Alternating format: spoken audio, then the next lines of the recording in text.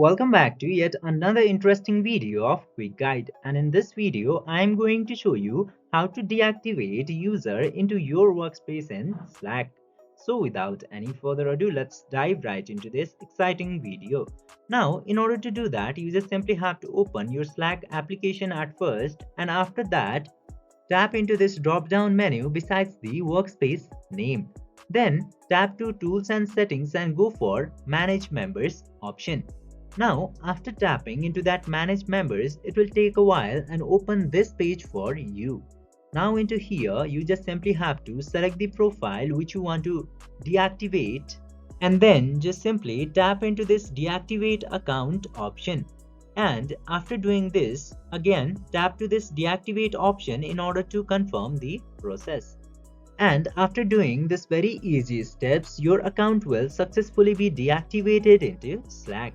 I hope this video was helpful for you. If yes, don't forget to like, share and subscribe to the channel to never miss another update. Thank you for watching the video.